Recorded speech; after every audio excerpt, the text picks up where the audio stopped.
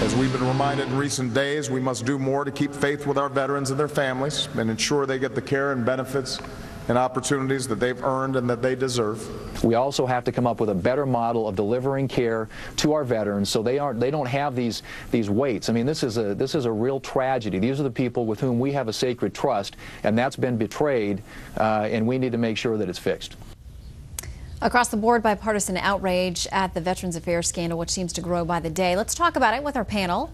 Syndicated columnist George Will, Kirsten Powers, USA Today columnist, and syndicated columnist Charles Krauthammer. Welcome to you all. Good to see you on this Memorial Day.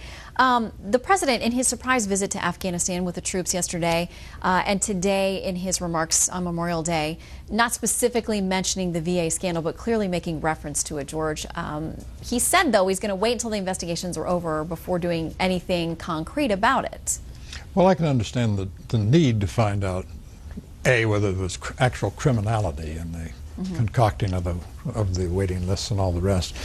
And the trip to Afghanistan was very pleasant for the guys in Afghanistan, so even if it served the president's domestic agenda, so be it.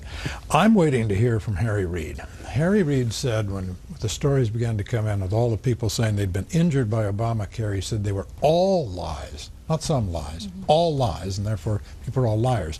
I don't think we're going to hear from this about the veterans. Senator Thune said we have to find a better way to deliver these services.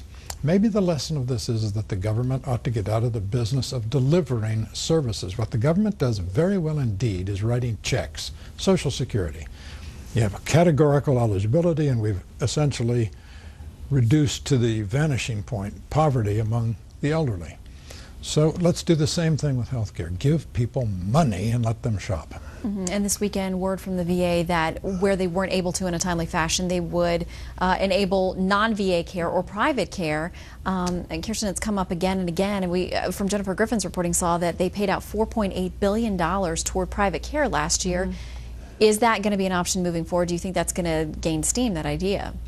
Yeah, I think it will gain steam, and I think some sort of reform is in order, whether it's going to be reforming the actual system or whether it's going to be shifting it to something that's more of a private sector option. They're already doing it, as you said. It's about 10% of their budget, so they have the capacity to do it. The question is now, how much does it cost? Is there enough money already allocated for it? Bernie Sanders is saying they need more money. Republicans are saying no, it's mismanagement. So I think that needs to be sorted out. But we can assume it will be more expensive. But look, these guys deserve the best health care available. And I think that if that's the only option, then I think the funding should be increased. And there was a growing discussion this weekend, too, on the Sunday shows about this idea of potential criminal liability. I want to play a little bit of what Senator Blumenthal, a Democrat, had to say about potential investigations going down that path. Only the Department of Justice and the FBI have the resources, the expertise, and the authority to do a prompt and effective criminal investigation of the secret waiting lists, potential destruction of documents, falsification of records, in effect, the cooking of books and covering up that may have occurred. I heard this from Republican Adam Kinzinger, congressman as well, and a vet. Charles, if people died, if that bears out in this investigation, will there be criminal liability for anybody? I think absolutely there will be, but I think the administration has to make a distinction between punishing the miscreants who are responsible, A, for the delays, and B, for the lies, the cover-ups, the destruction of evidence about it. But on the other hand, simply helping the vets who have been waiting forever. And they say we have to, President says we have to get the results of the investigation. Yes, for the punishing of the miscreants, but not for helping the people who need help. There is no question, in the absence of a new investigation, that there are vets who've been waiting for 15 days, 30 days, for months without treatment. So you should be acting on that immediately. I'm simply stunned that they have taken this much time to do anything active about the people who are still on the waiting list. It turns out that the VA has had the authority to issue the vouchers or whatever the system is, to allow a vet who's been waiting forever to go out and get the care, private care. They should have done that on day one when the scandal broke. The idea that you have to have an IG investigation, other investigations, even FBI investigation, is irrelevant to the question of who needs help. And the president says apparently he was madder than hell about this, but then when he makes his speech, he talks about these alleged incidents. How can you be mad at hell at allegations? It's just not consistent.